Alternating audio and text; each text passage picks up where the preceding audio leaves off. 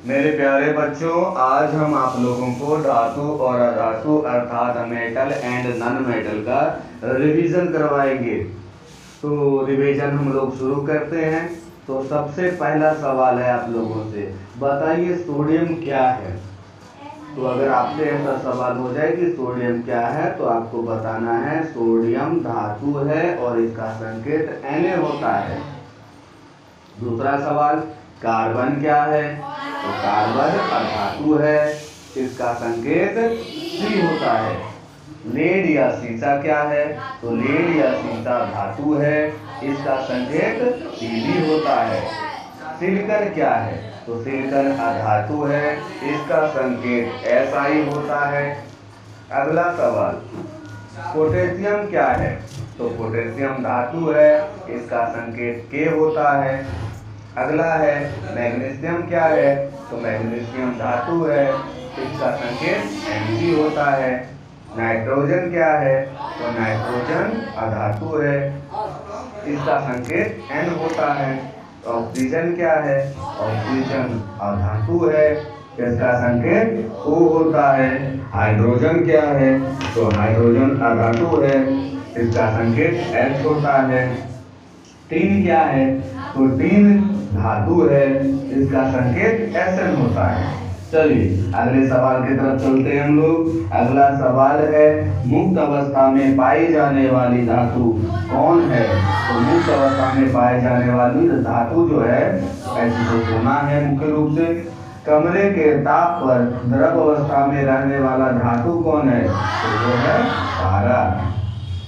अगला सवाल है आपके लिए, कमरे के ताप पर द्रव अवस्था में रहने वाला अधातु कौन है। तो द्रव अवस्था में रहने वाला अधातु ब्रोमीन है। अधातु के बॉटम कक्षा में कितने इलेक्ट्रॉन रहते हैं। तो अधातु के बॉटम कक्षा में कितने इलेक्ट्रॉन रहते हैं। 5, 6 या 7 इलेक्ट्रॉन रहते हैं। धातु के बॉटम कक्षा में कितने इलेक्ट्रॉन रहते हैं। तो धातु के बॉटम कक्षा में 1, 2 या 3 इलेक्ट्रॉन रहते हैं। अभी तुरंत आपसे सवाल पूछा गया था, कार्बन क्या है। तो आपको बताना है कार्बन अधातु है। सबसे कठोर पदार्थ कौन है। तो सबसे कठोर पदार्थ का नाम होता है हीरा। अगला सवाल है, विद्युत बल्ब का तंतु किसका बना होता है। तो विद्युत बल्ब का तंतु टंगस्टन का बना होता है। ग्रेफाइट विद्युत का क्या है। ग्रेफाइट विद्युत का सुचालक है या सुचालक। तो आपको बताना है ग्रेफाइट विद्युत का सुचालक है। संचारण की क्रिया किसकी उपस्थिति में होती है। तो संचारण की क्रिया हवा और जलवाष्प की उपस्थिति में होती है।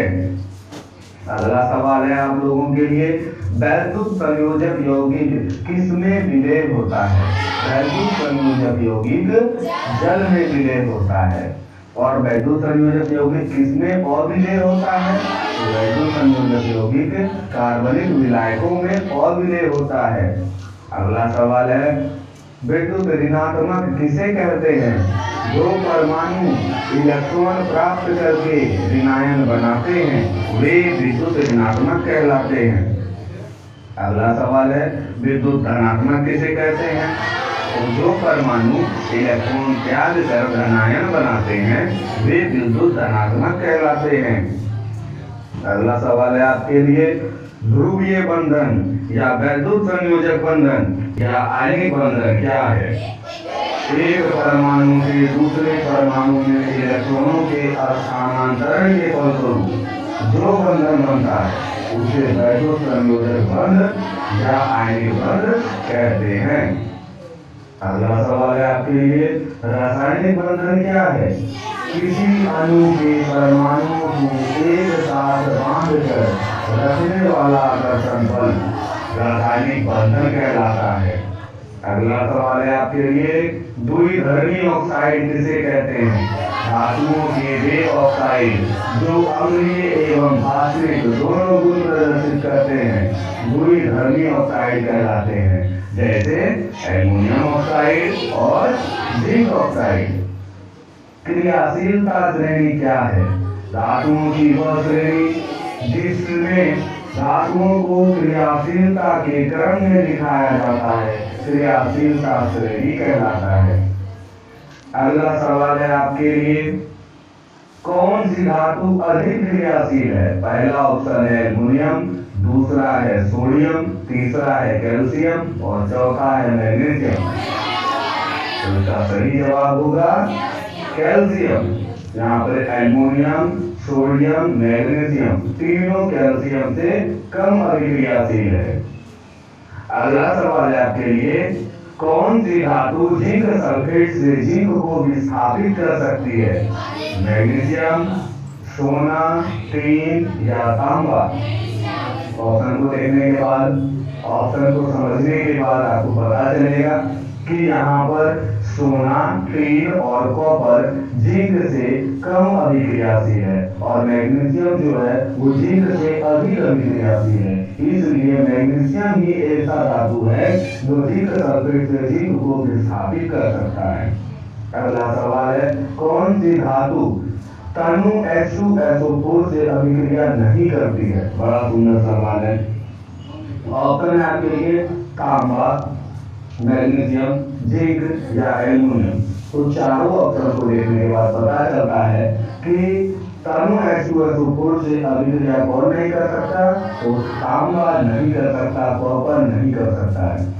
अगला सवाल है, कौन सी धातु तनु HCl से अभिक्रिया करके हाइड्रोजन को विस्थापित कर सकती है? मतलब HCl से H को विस्थापित कर दे। ऑप्शन है सोना, जिंक, प्लेटिनम, तांबा। यहाँ देखा जाए तो सोना, प्लेटिनम और तांबा जिंक ये हाइड्रोजन से कम अभिक्रियाशील है। अतः यहाँ पर जिंक ही एक ऐसा धातु है जो हाइड्रोजन से अधिक अभिक्रियाशील है, इसलिए HCl से H को विस्थापित कौन कर सकता है? जिंक कर सकता है। अगला सवाल है आपके लिए, धातु किन किन अवस्थाओं में पाई जाती है? तो धातु देखो मुख्य रूप से ठोस अवस्था में पाया जाता है, लेकिन अगर पूछे कि किन किन अवस्थाओं में पाया जाता है तो हम बोल सकते हैं ठोस और द्रव दोनों अवस्था में पाया जाता है, क्योंकि द्रव अवस्था में पाया जाने वाला धातु एक पारा है। अगला सवाल है, अधातु किन किन अवस्थाओं में पाई जाती है? तो इसके लिए भी बोल सकते हैं कि धातु ठोस, द्रव एवं गैस तीनों अवस्थाओं में पाई जाती है। अगला सवाल है, कॉपर पायराइड्स किसका अयस्क है? तो कॉपर पायराइड्स कॉपर का अर्थात तांबा का अयस्क है। अगला सवाल है आप लोगों के लिए, संक्षारण किसे कहते हैं? तो भाई कुछ धातुओं को लंबे समय तक खुले में छोड़ देने पर उसकी सतह मलिन पड़ जाती है और धीरे धीरे उन धातुओं का क्षय होने लगता है। यह क्रिया धातुओं का संक्षारण कहलाता है। अगला सवाल है आपके लिए, मिश्र धातु क्या है? मिश्र धातु दो या अधिक धातुओं या एक धातु और एक अधातु का समान मिश्रण होता है। मिश्र धातु का उदाहरण कौन कौन क्या क्या हो सकता है? तो मिश्र धातु का उदाहरण हो सकता है पीतल, कांसा, सोल्डर, ड्यूरालुमिन इत्यादि।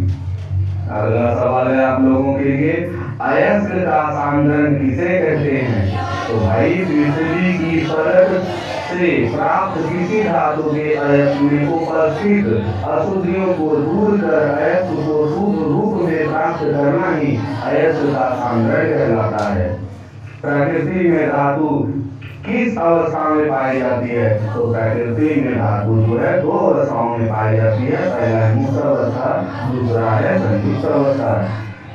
अगला आप लोगों के लिए सवाल है कि सहसंयोजक यौगिक के गुणों को बताइए। तो सहसंयोजक यौगिक के कौन कौन से गुण होते हैं ये बताना है आपको। तो चलिए, पहला गुण होता है सहसंयोजक यौगिक प्रायः वाष्पशील द्रव या गैस होते हैं।